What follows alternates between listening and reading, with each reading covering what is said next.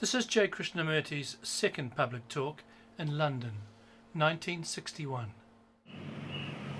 We were discussing day before yesterday evening that a great revolution must take place. Not only because of the world situation, but also it is imperative, it seems to me,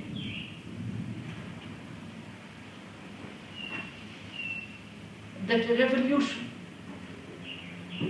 an inward, deep, radical revolution, is necessary for the mind to be free so as to discover what is true.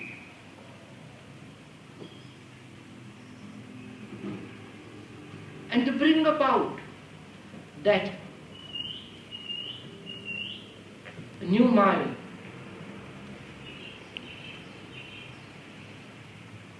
a mind that is not limited by nationality, by organized religions, by belief, by any particular dogma or the limitations of experience, seems to me is essential. Because it does bring about a creative state,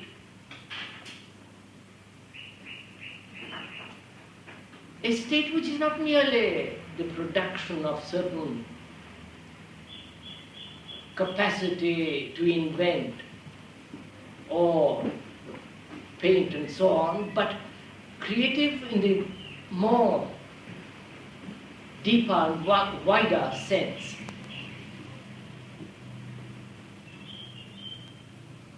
That's what we were more or less discussing the last time that we met.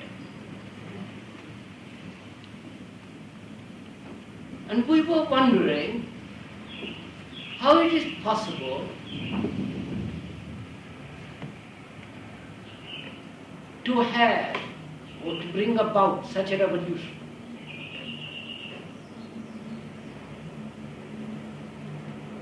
What action is necessary?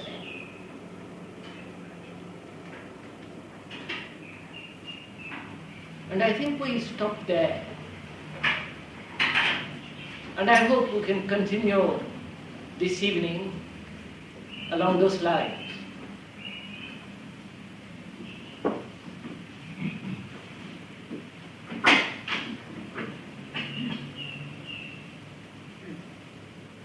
I do not know if you have not tried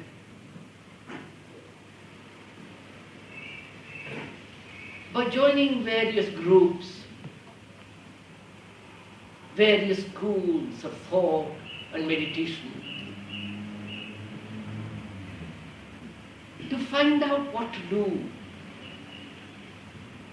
not only in daily life, but also action in the largest sense of that word.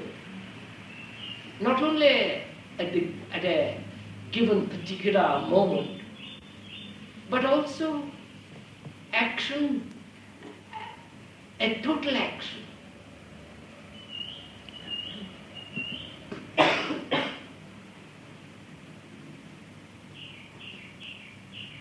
You must have also wondered what it is to act,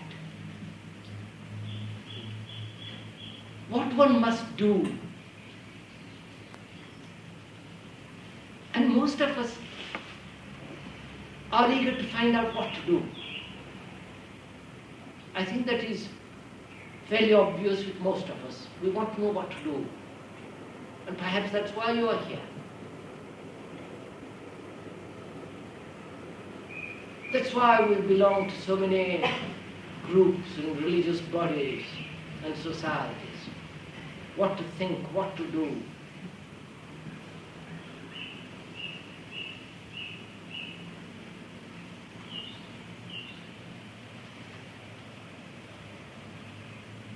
To me, that's not the problem at all.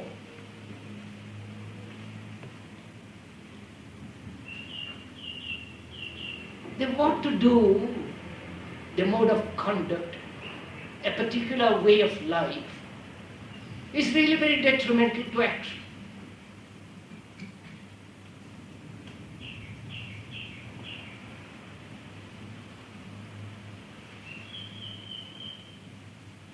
The what to do, the demand for a particular course of action implies, does it not, a system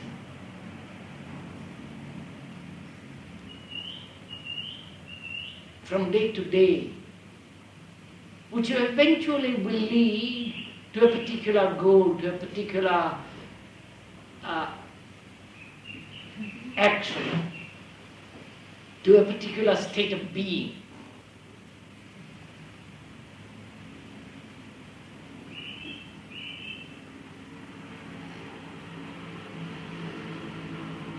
Not wrong.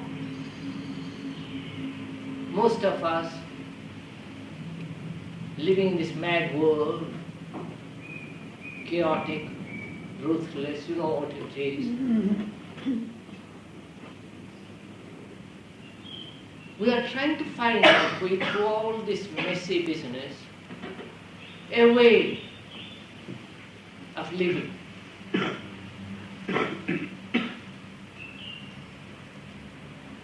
A way of action which will not create in the very acting more problems.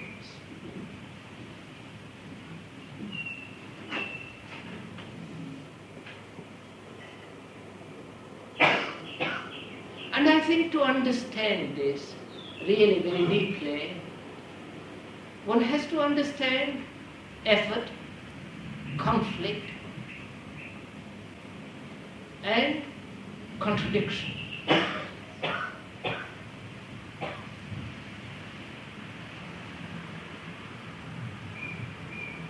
Most of us live in a state of self-contradiction. Not only collectively, but individually.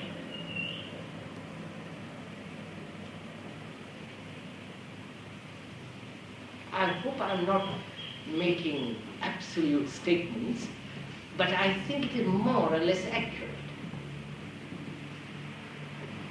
That we know very rarely moments when there is no conflict, when there is no contradiction within ourselves.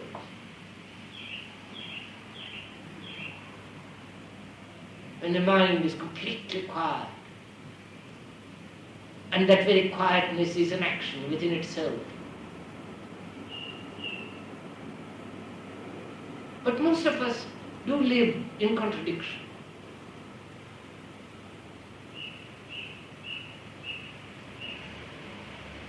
And from this contradiction there is conflict.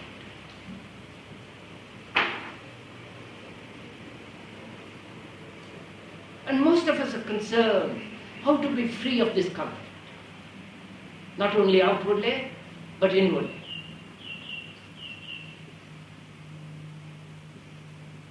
If we could discuss that and go from there,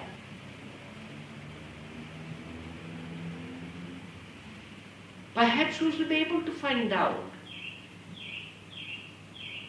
an action which is not merely a reaction.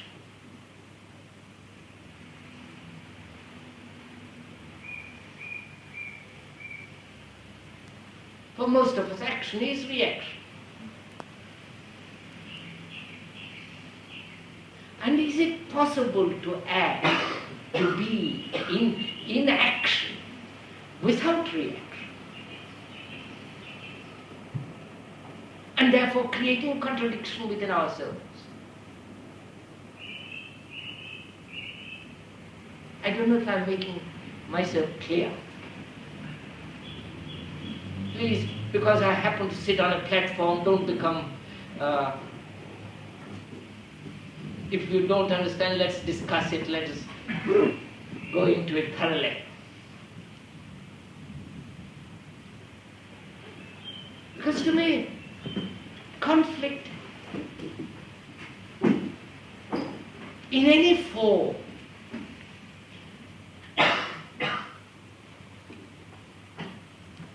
is very detrimental, to put it mildly, to comprehension, to penetration, to understanding.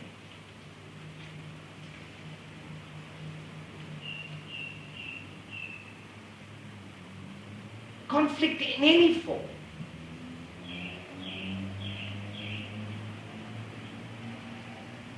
And we are educated, we are bred, our whole social acquisitive society is based on conflict.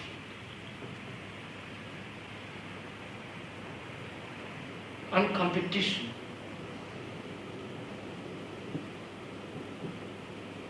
And is it possible to free the mind is it possible for the mind to free itself from conflict? And thereby uncover this whole process of self-contradiction.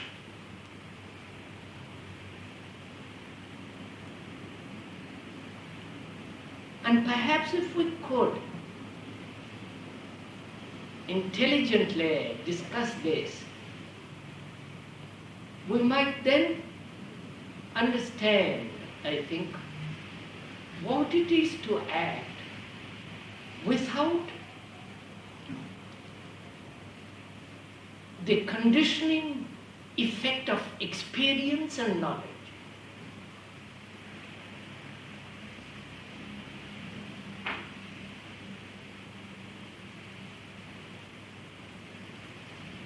Can we discuss this? Or do you think we can discuss something else better in order to understand?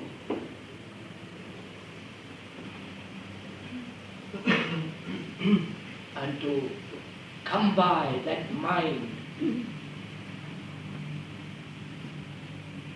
which is in a state of revolution.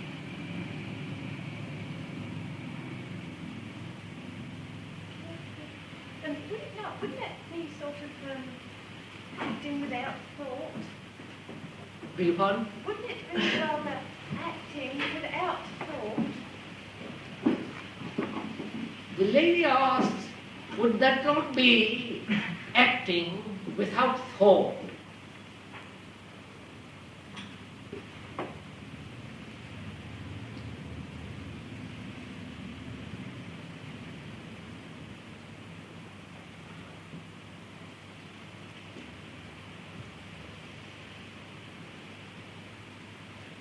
Are you suggesting that we should be so extraordinarily spontaneous that we are completely unaware or unrelated to anything but merely living from moment to moment like I don't know what?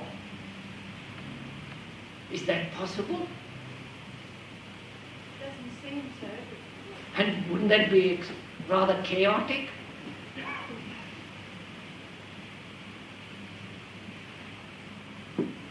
But perhaps in discussing that question,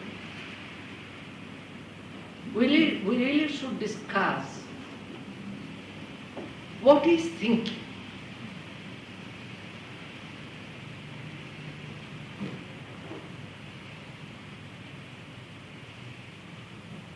What is the mechanism of thinking?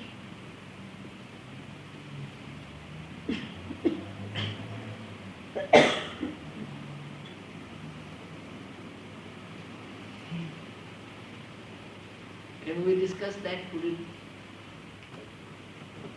Please. Are we our thoughts?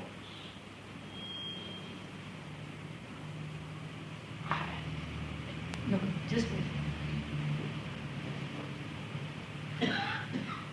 I don't know if you have ever thought about the process of thinking.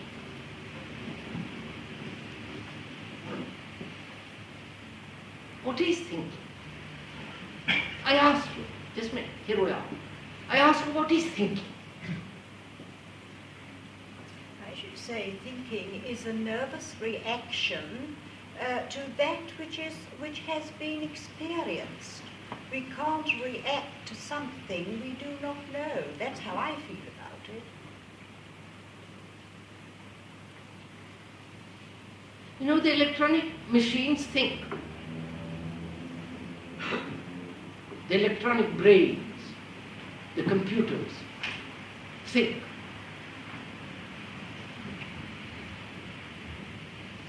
Is our thinking also along the same lines? The response of memory. Memory being experience, whether individual or collective or all the rest of it, in which is included the nervous response. I ask you, what is thinking? Do please experiment with it a little bit.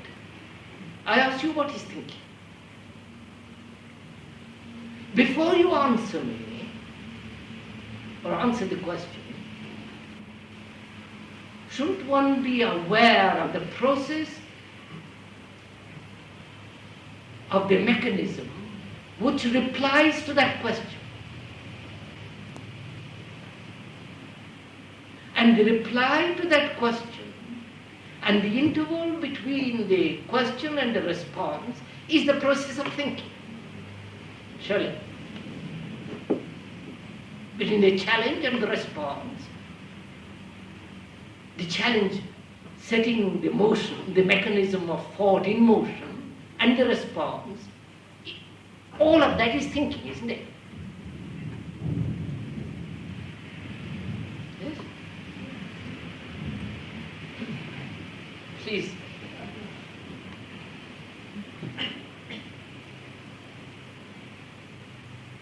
Now, am I aware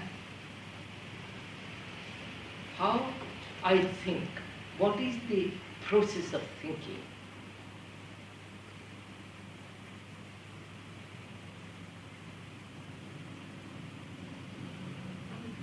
Only from myself. No, please. It's not saying from, lady says, I think from myself. What does that mean? Please. I think in that case, one must be one's thought.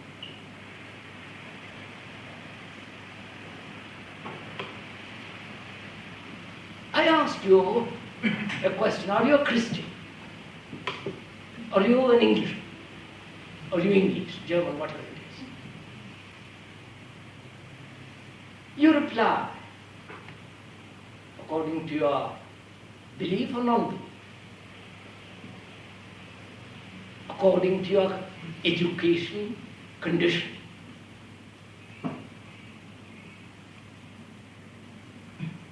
Now, what is this education? What is this condition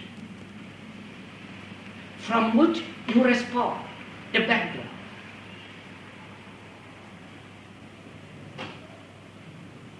Memory, surely. The ones are Memory. memory, isn't it?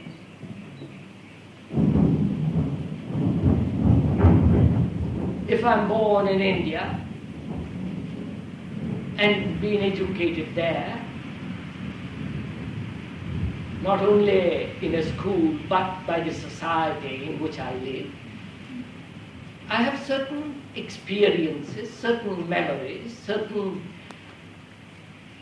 storehouse of tradition which has been handed to me, and I respond according to that. That's the mechanism. Like the electronic brain, it is there.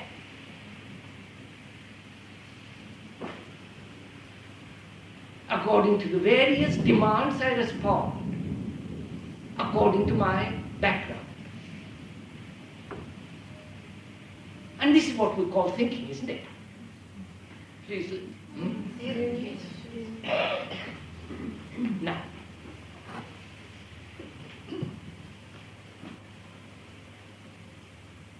and according to that thinking, I act.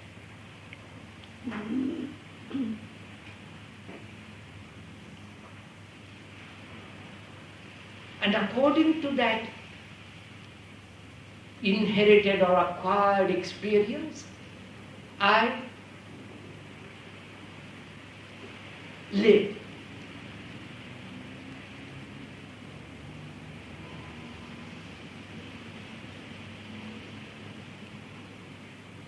So my thinking is always very limited.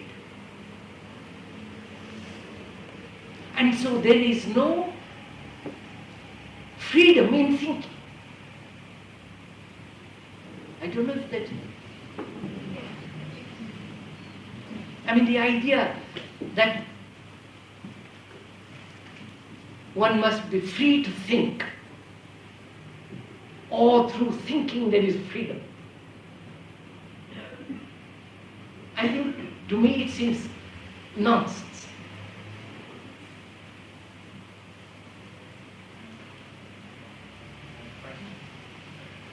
Possible to have creative thinking, for example, to make new discoveries, perhaps in science or mathematics. Is thinking entirely the result of conditioning or the past? The gentleman asked, when there is a new discovery in mathematics or any other field, is that the result of conditioned thinking? Isn't that itself? That's the question.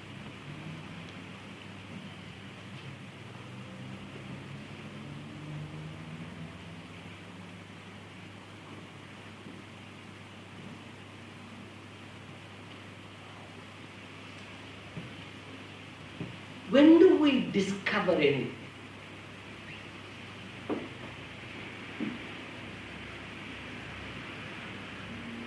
When do we perceive something new? From the piston to the jet.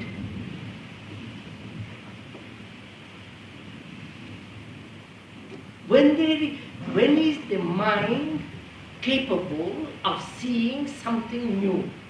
Whether it is in mathematics, or in engineering, or in painting, when is the mind capable of seeing something new? And still. Huh? Still. Quiet. The lady says when it is still and quiet. I would say when the known ways have been exhausted. Another suggestion is that when the known ways have been exhausted, when the known ways have been exhausted, that is, I have a problem in mathematics, and I work, try to tackle it in different ways, and I'm exhausted, and I can't find a way out. Then I let it alone. Then the next morning, the answer pops up in my mind. Or a week later or a month later, doesn't matter. That is what? When my mind has gone into the problem thoroughly and hasn't found an answer, and gives it up, so there is a quietness with regard to that problem, and as I'm getting to the bus, I find the answer. Right, sir? Do you say this is not thinking? Beg your pardon? Do you say that this process is not thinking? Wait a minute, we're going into that, sir. We want to examine this a little bit more.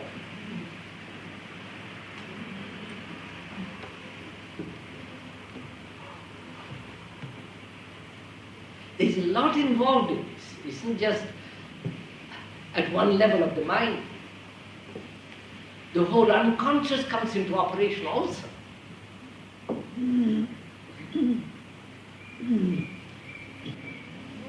Will not say that that was from the unconscious and the subconscious mind.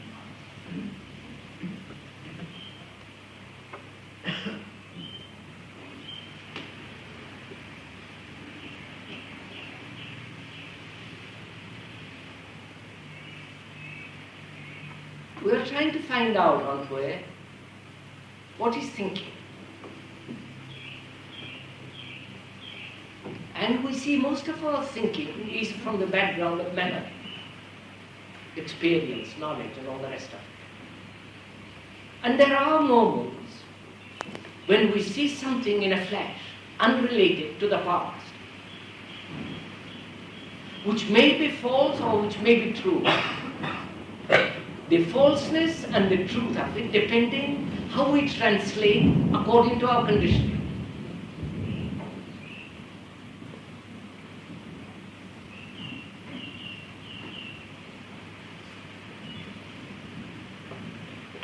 And is all invention, is all the discovery of something new the result of thought, or when thought is completely in abeyance, when the mind is completely quiet, not only the superficial mind, but the total mind, the unconscious. Because after all, should we go into all that, the unconscious and all that business?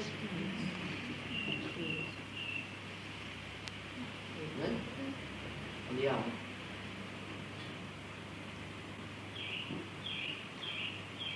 Most of us don't we function at the very superficial level most of the time.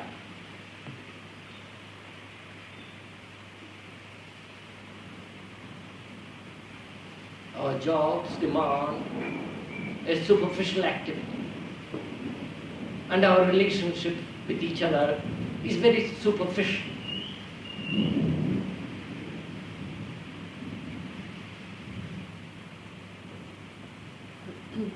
Our activities do not demand a total response, the total response of one's whole being. Neither in the office nor in our relationships. And all our education is geared to that superficial response. I mean, this is fairly obvious, isn't it? I'm not saying something extravagant.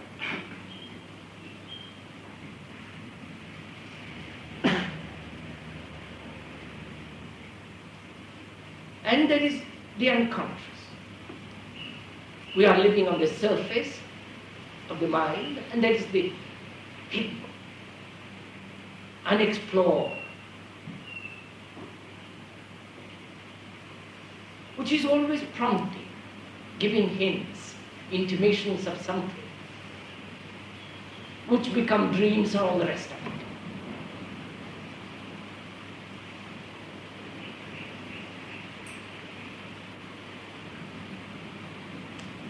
Again, to be translated by the conscious mind according to its condition. And is not this whole consciousness condition.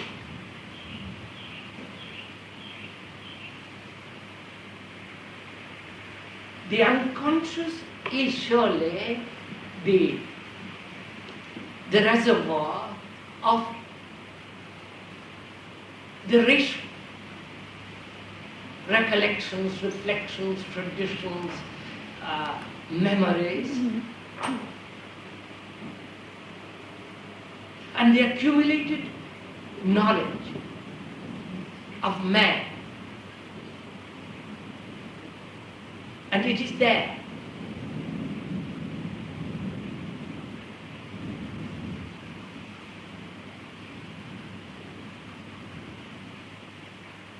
And the superficial mind is educated. to a certain technique to live in this modern world. So obviously there is a contradiction between the unconscious and the conscious. Conscious mind may be educated to having no belief in God, being an atheist or a communist or whatever. But the unconscious has been trained for centuries to certain forms of beliefs.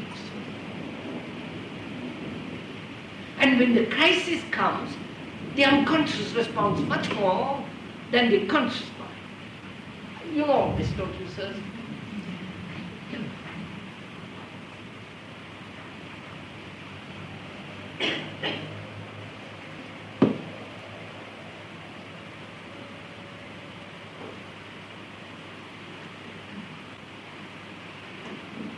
So consciousness, the totality of it, not only the superficial, but also the unconscious, the total being, I feel is conditioned. And any response from the unconscious is not a liberating influence, is not a liberating factor, not influence. Do think about this. Don't agree with me, please. Discuss with me. So, a mathematician having a problem and resolving it without thought, after exploring, after going to the problem, is that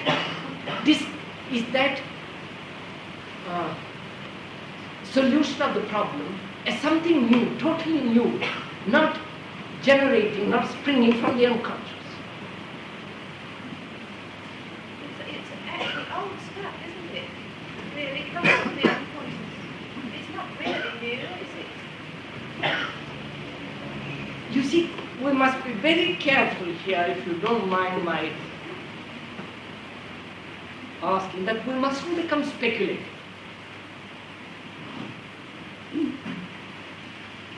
Either you speak from direct comprehension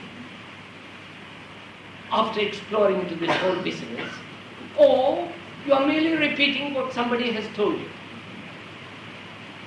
or what you have read.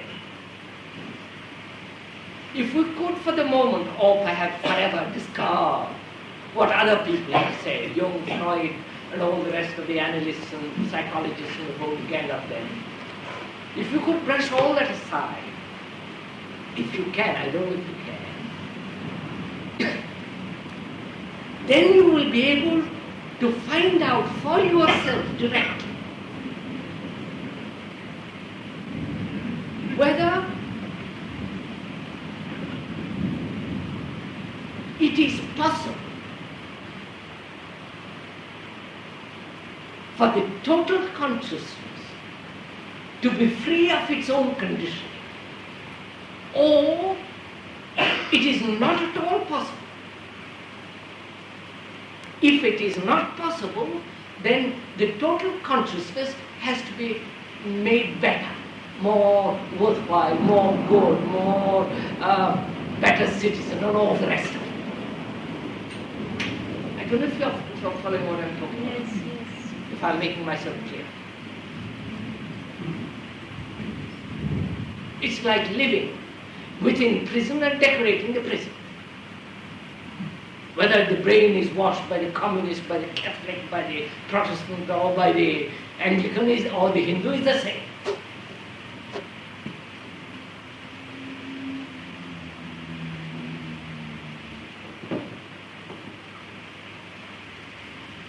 And whether it is possible, it's really very an important and vital question, if you're bound to it.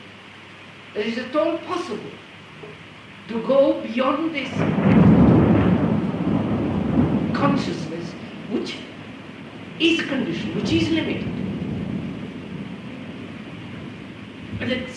Whether the mind can ever be free in the deep sense of the word.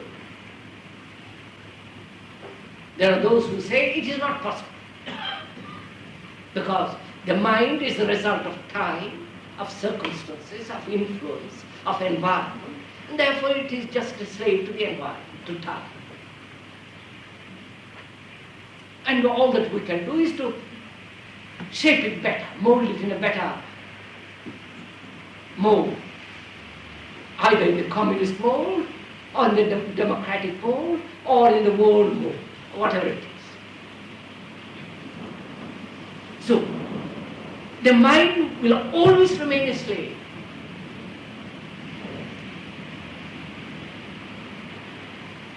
And whether such a mind can ever find that which is beyond time, or whether there is such a thing as something beyond the mind.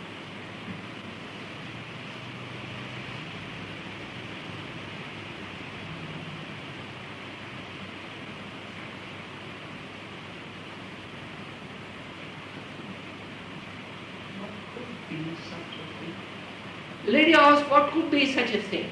I'm afraid that's not possible to put into words, just leave that aside. That's has no importance at all. There are only two issues. Either the mind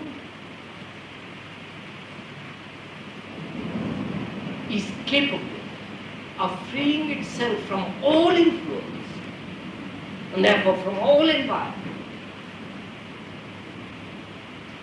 either of the past or the future or of the present.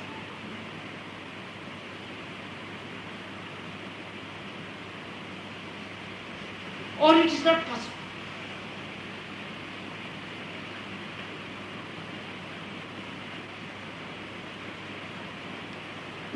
The communists don't believe it.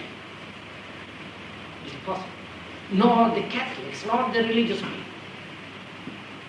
They talk about freedom, but they don't believe it, because the moment you leave them, you have become a heretic. They excommunicate you, they burn you, they do all kinds of liquidate you, all the rest of it.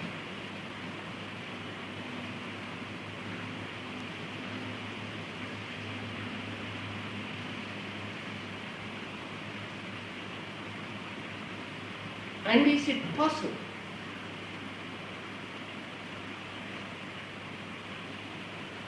for an action to take place which is not within the field of consciousness, of limitation, of condition? You see the question, sirs?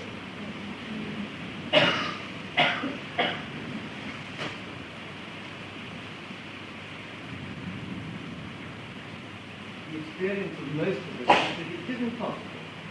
And yet we have intimations that it can be possible. But we don't know how to perceive it. Gentleman says, most of us feel that it is possible in some vague way. No, we feel it isn't possible. It is not possible. We try for years, and we know of many systems, and yet we never achieve it. And yet an intimation comes as though it were a possibility.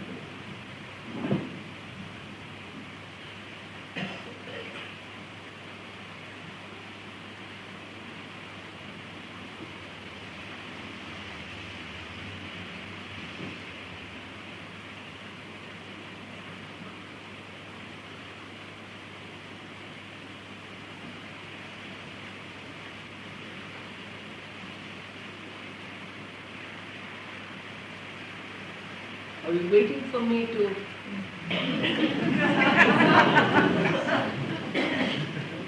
But you have said it was possible. No, and also that gentleman says it's also possible. We have intimation of such a possibility. It's possible to stop thinking for a little bit, ordinary thinking. Might that be a step to clear away the ordinary thinking, first of all, get rid of it? You see, sir, I don't know how far one has gone into all this.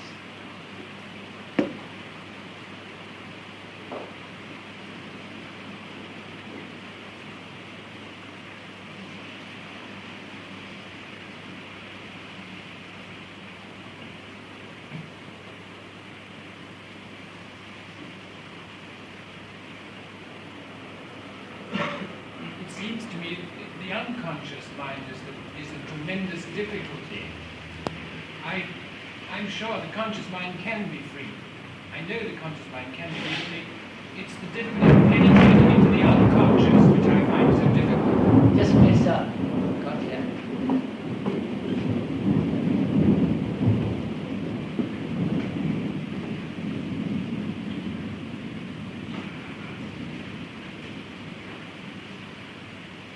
What do you think, sir? I feel the difficulty is with the unconscious condition, which seems so much more powerful, as if one can't somehow, one doesn't know what one is dealing with. One seems to lack the capacity to penetrate in there. This is a...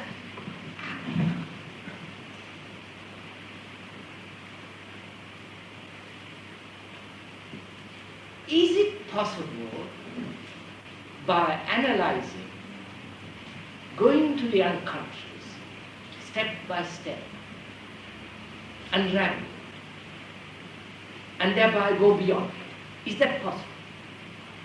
No, Why do you say no? because I've tried. Quite right, sir, that's good enough. The effort of going into the unconscious abolishes the possibility of its manifesting itself. No, you see, the unconscious is a positive process, isn't it? Hmm? And can you approach the positive process by a positive demand? Huh? I don't follow that.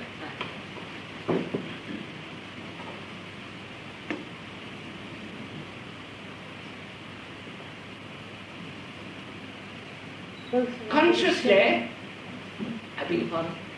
Both are under the same limitation. Yes. The lady says both are under the same limitation. The conscious mind desires or wishes to investigate the unconscious. The conscious mind has its own motives for investigation. It wants to be free. The motive is there. You follow, sir? There is a motive which makes a conscious mind investigate. The motive may be positive or negative. Right? And the unconscious is a positive reservoir. It is not something vague. So, a positive motive begins to operate on something which is equally positive. Right? And is that possible? And the unconscious is you don't know what it is. Right? You know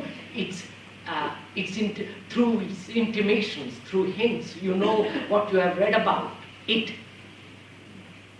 But you don't know for yourself all its content. Right? You have the intimations of it through dreams and all the rest of it. But you don't know what it is. Therefore, it is an unconscious thing. And the mind which is conscious wants to investigate it. I hope am I right? Now, is that possible? Can the conscious mind investigate something which it does not know? And will you know it through analysis? Please, sir, don't brush this aside. It's very important. Analyzing by the analyst or analyzing by yourself, will you uncover the whole content of the thing called unconscious of which you are not totally aware? You see the problem? It's too vast. Huh? It's too vast. No. Don't say it is too vast. Then you go off at a tangent. You're not meeting the point. What? Parlez en français.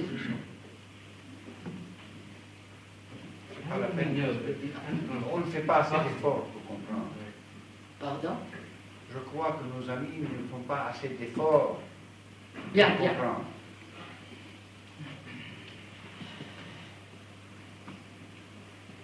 Doesn't the unconscious express itself with an emotion?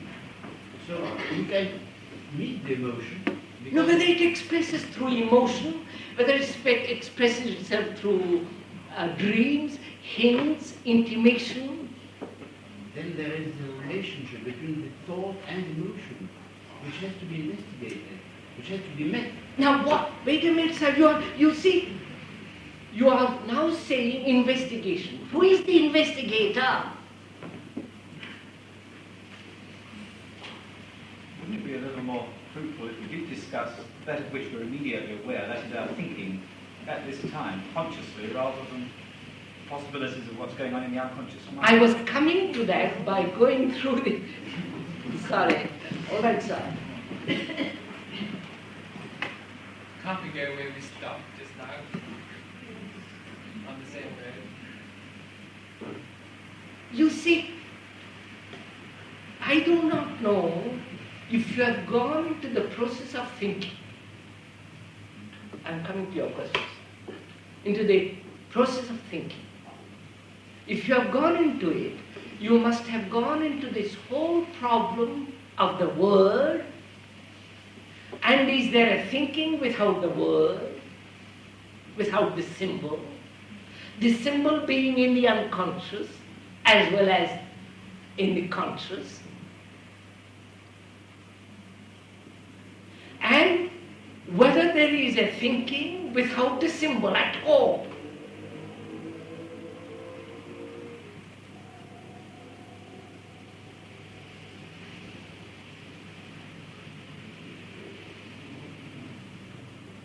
Symbol, I mean not only the word, but the image, the idea, you know.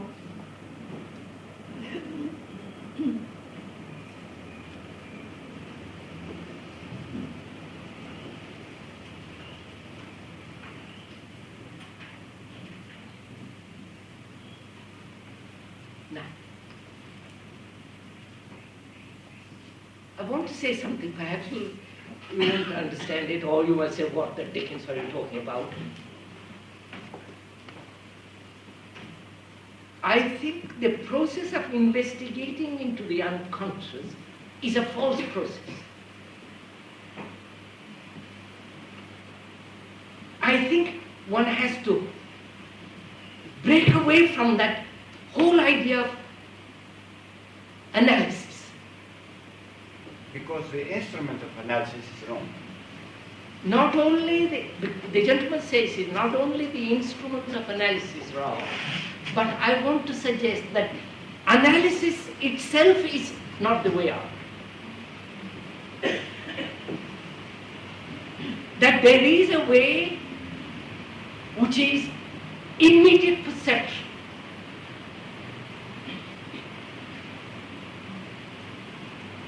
I'll come to that presently.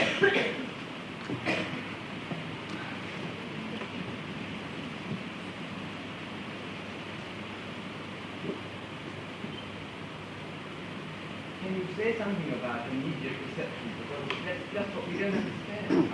I'll try, I'm going to it a little bit.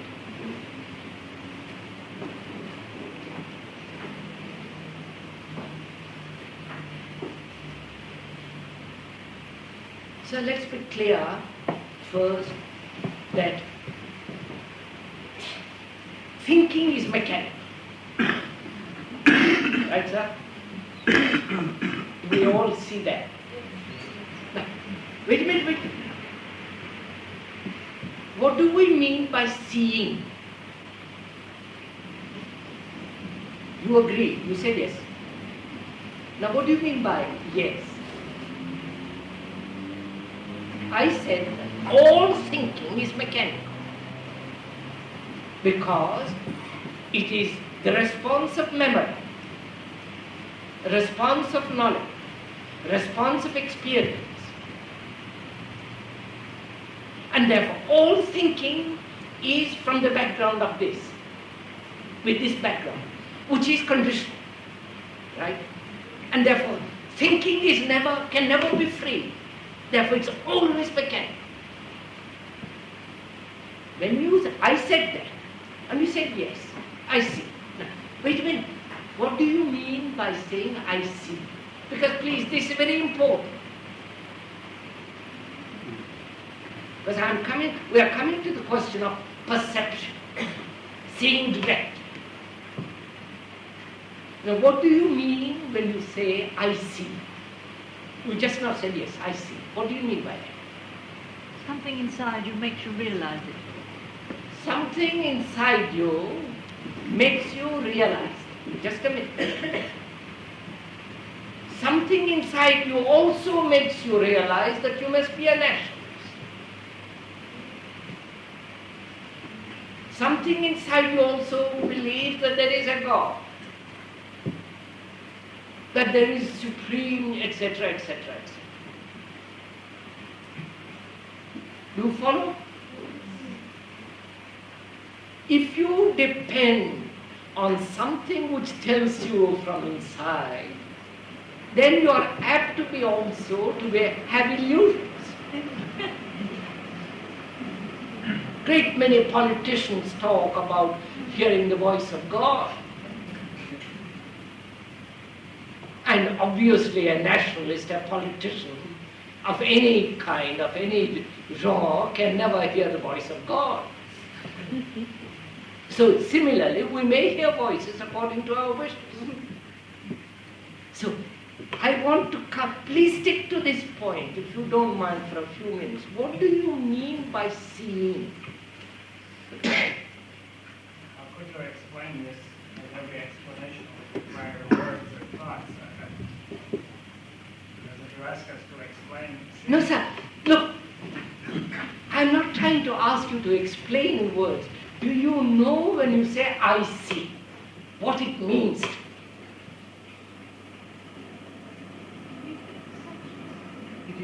You're responding from the collective. Responding from the collective. I feel it should mean that we see it as a fact.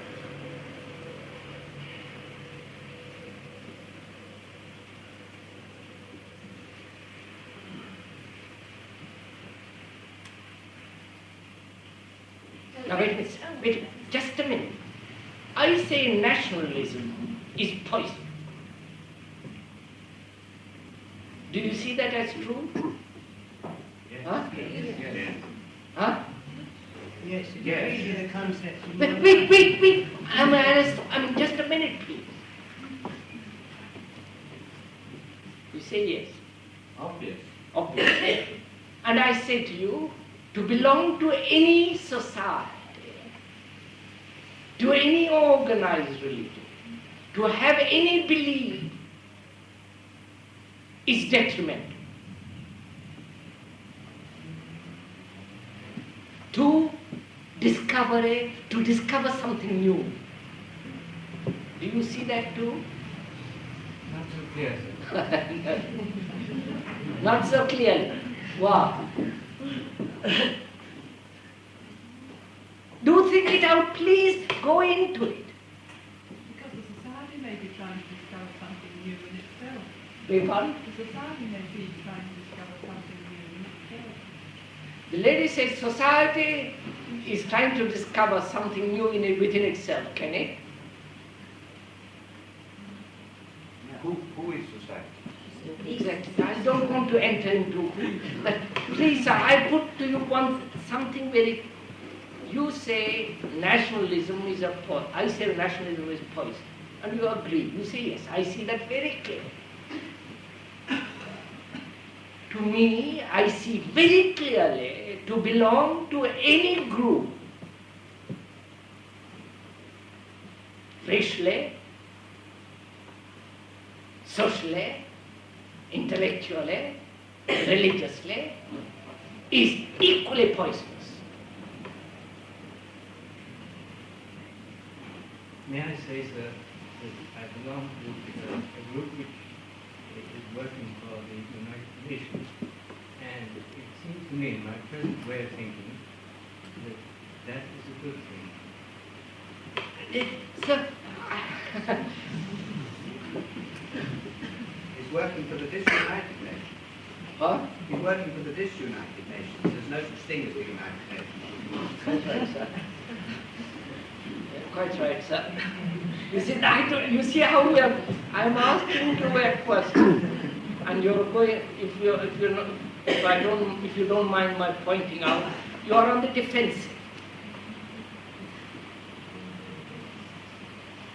You saw very clearly rationalism is a poison. You all agree. But unconsciously you're English. You're French.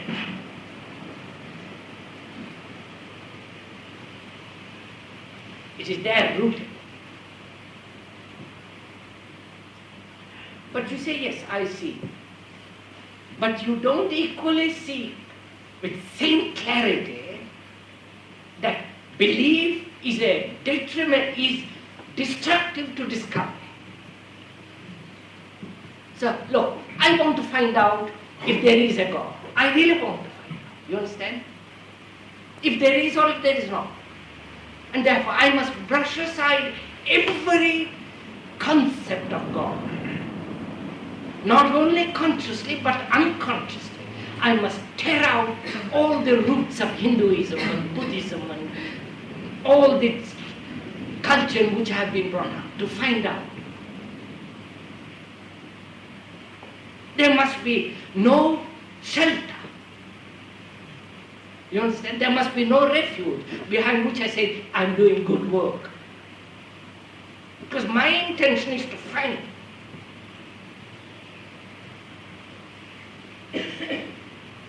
And to find, I must ruthlessly get rid of everything that stands in the way. Not that I want to do good to society, I'm not interested in that for the moment. I'm concerned to find out. And if I'm so concerned, then I don't belong to anything. Then I am no shelter, intellectual, verbal, physical, or emotional. Can we become a completely free being? Beg pardon? Can we become quite free? That, please, madam.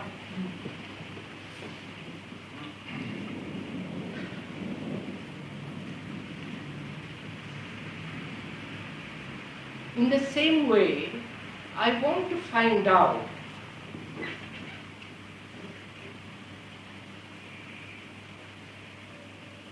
if it is possible to go beyond the conditioning of the conscious mind. Not only mere intimations of it. I want to go, the mind must go beyond it. Is it possible? And to discover if it is possible or not, I must wash away, mustn't I, from the mind all this whole process of effort and analysis. I don't know if you're right, sir?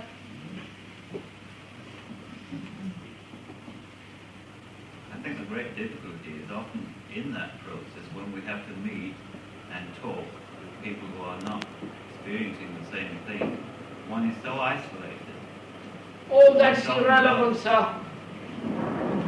Whether one is isolated or related, it is irrelevant. I mean, that's...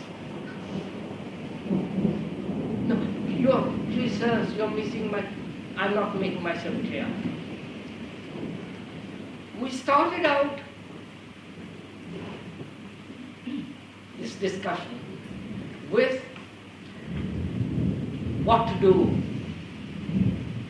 I see in this mad world a new mind is necessary, a new way of looking at life.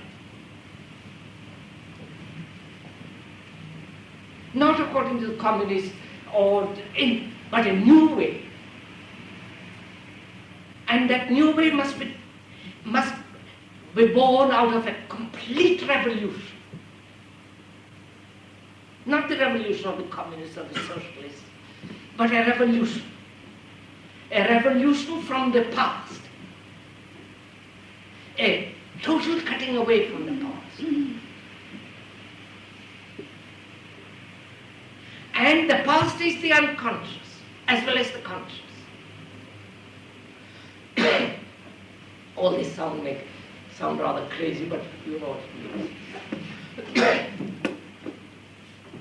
And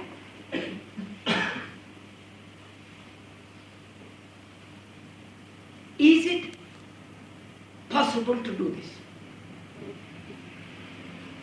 If I say it is not possible, then I accept conditioning and better the conditioning.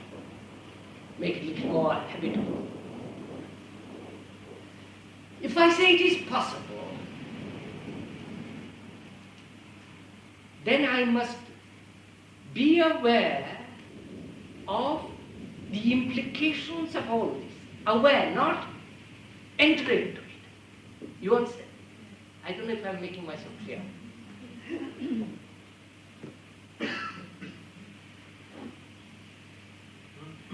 I am aware that to be a Hindu is detrimental. To have the traditions of the Hindu in any form is binding.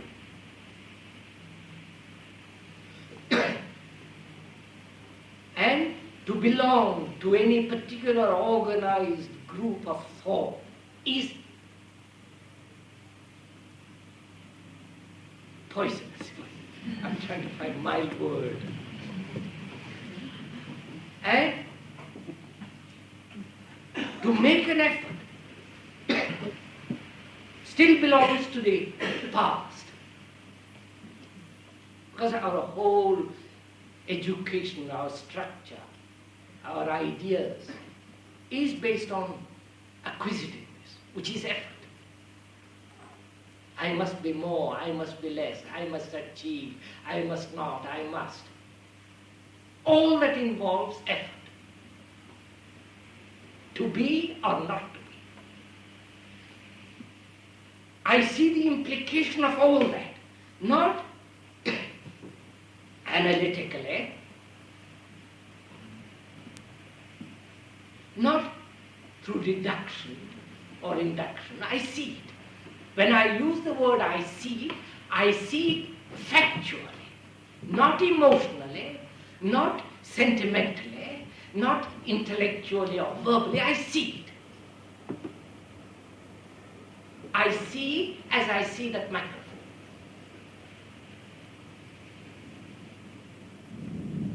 So, the very perception of that fact has wiped away that condition completely.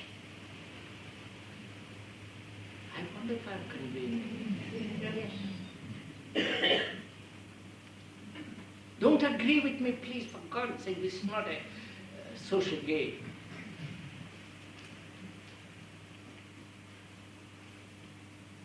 If you see it the same way, you are out of it instantly.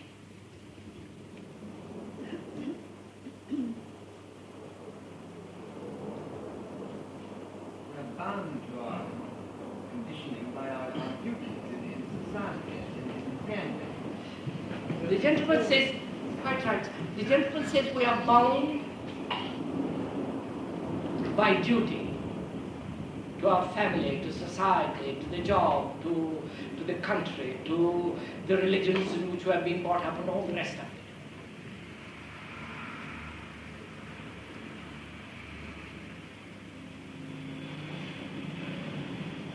Which means that you are putting the family, the society, your individual relationship in opposition to the fact. Right? And therefore there is a conflict between the fact and what you call your duty.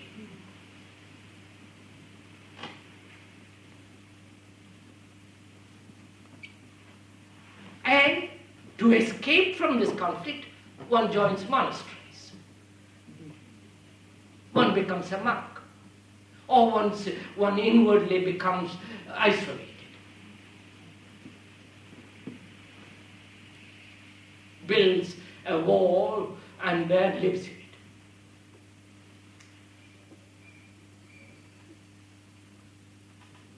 But why do you put this in opposition?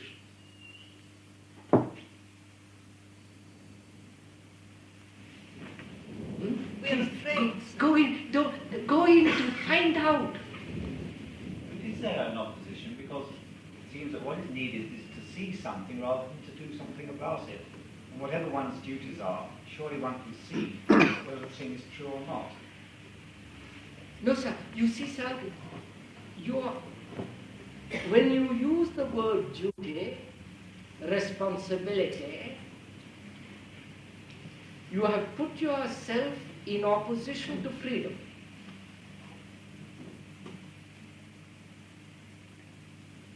But if you perceived the fact of what you have been talking about, then you would have a totally different action towards what you call duty, to your family, to yourself, all the rest of it. You follow?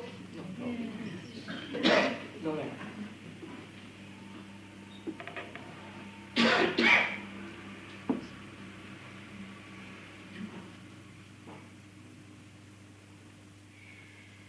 There are certain facts in the world if one's family depends on one for bread and butter. I know all that. I don't think that that's duty. It's just a relationship that has happened in the world. Yes, I understand all that.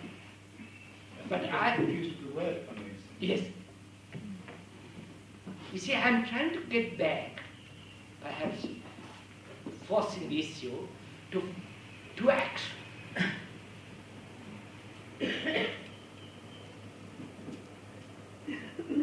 See, we want to do something about it.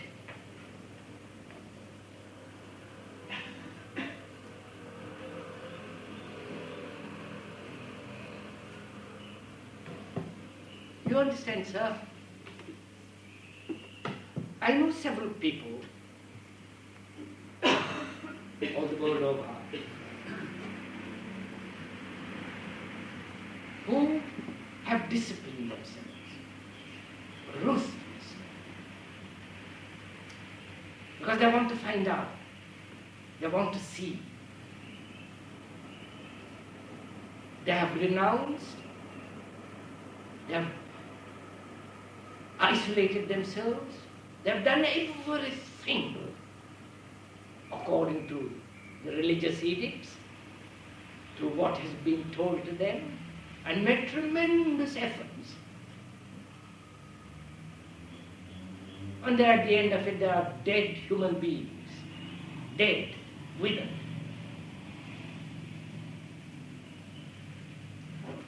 And it is this constant effort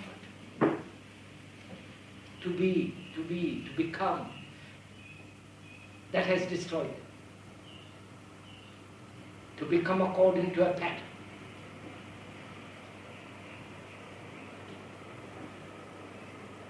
Now, when you put society, family, and all the rest of it, which prevents you all, which is not, with this, it's not possible to have the other. Then you are introducing a fact of conflict. Right, sir? And I said, don't introduce the element of conflict in it at all.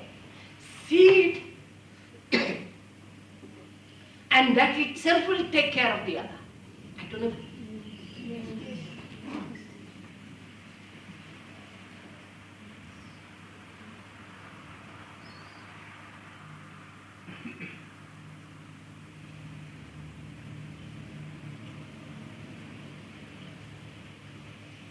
You see, as I was saying, for most of us, action is reaction.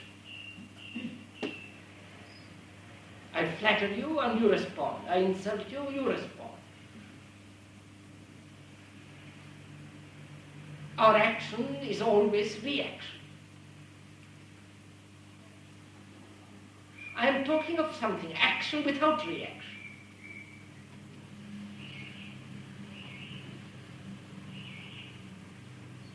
That is, the perception which is total action, and that will act. This is not something queer, odd, some fantastic idea of my own.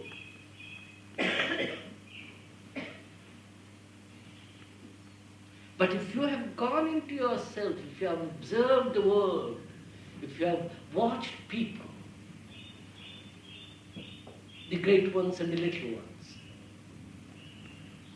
the saints and the non-saints, the sinner, if you have watched them, studied them, looked at them, you would know that is not the way up. Because they have built their life on strife, on conflict, on suppression, on all the rest of it, which is a horror. But you must see the truth of that, to be free of that. I don't know, huh? About all the unconscious conditioning. Beg pardon? Just about conditioning that's unconscious.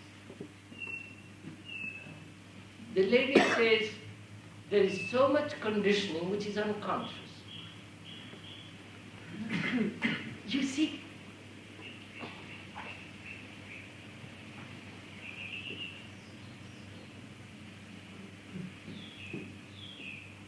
look, shall I go into my unconscious? And how am I to do it? We only with the conscious mind. And can I unravel every layer, every detail of the unconscious without missing a point? If I miss a point, I can't examine thoroughly. You understand? Is it possible? Is it possible for the conscious mind to enter into the something which is unconscious, not open, hidden? All that I can do is to wait, watch. You follow, sir? Watch as I walk, as I all day be alert, so that I have a dreamless night. Oh, this you don't know.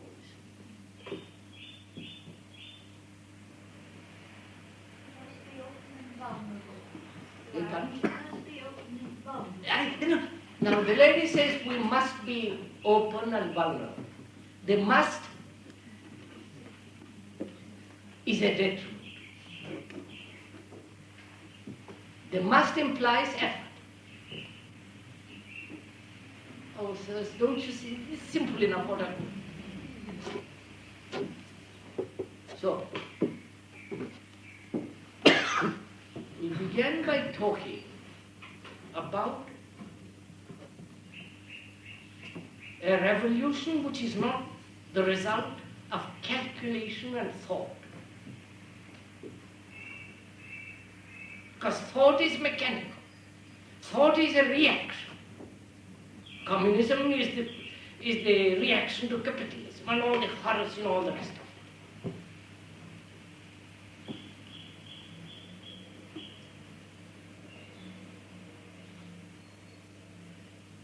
If I leave one group and join another group, it is still a reaction.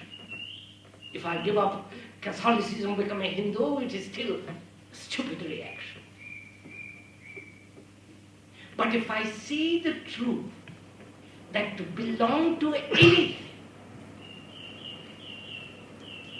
that to believe in anything,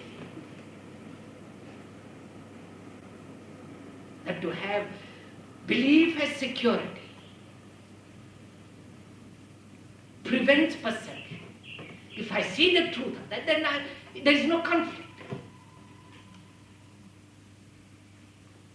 Take something with, I'm afraid one has to stop, it's 8:15.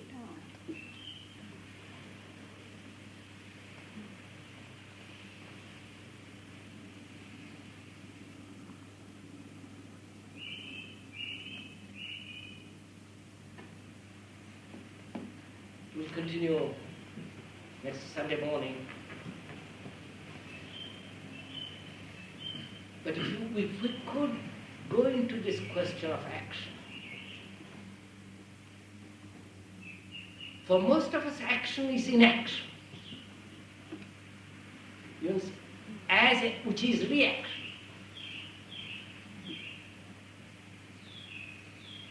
I want to find what is freedom. A new mind. I see the urgency, the necessity, the imperative demand of such a mind. And I don't know what to do. So I'm concerned with what to do. You follow? So, I have laid the emphasis in what to do and not on a new mind.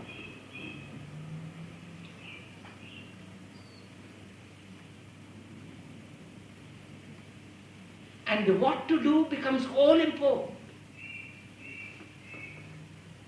And so I would say, now what am I to do? Tell me. So I become the authority. And the authority is the most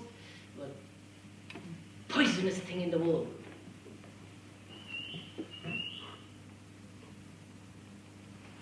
And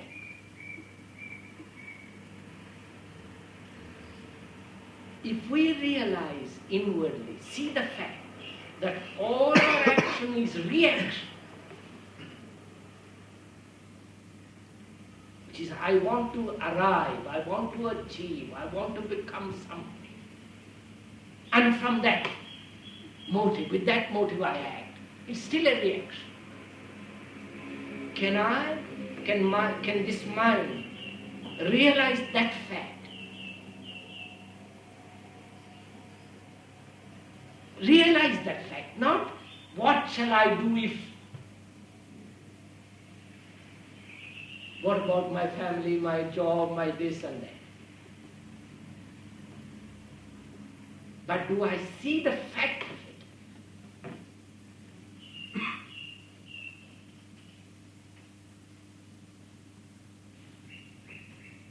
And if the mind does see the fact, it is an immediate perception, not intuition. I'm not using the word intuition purposely, because that's so deceptive.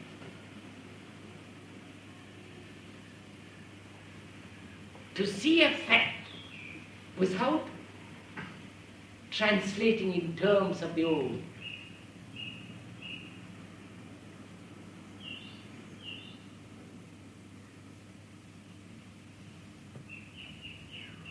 And then I think one will begin to comprehend,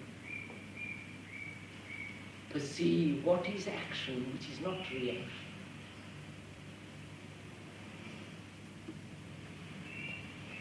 Which is essentially the quality of the new mind.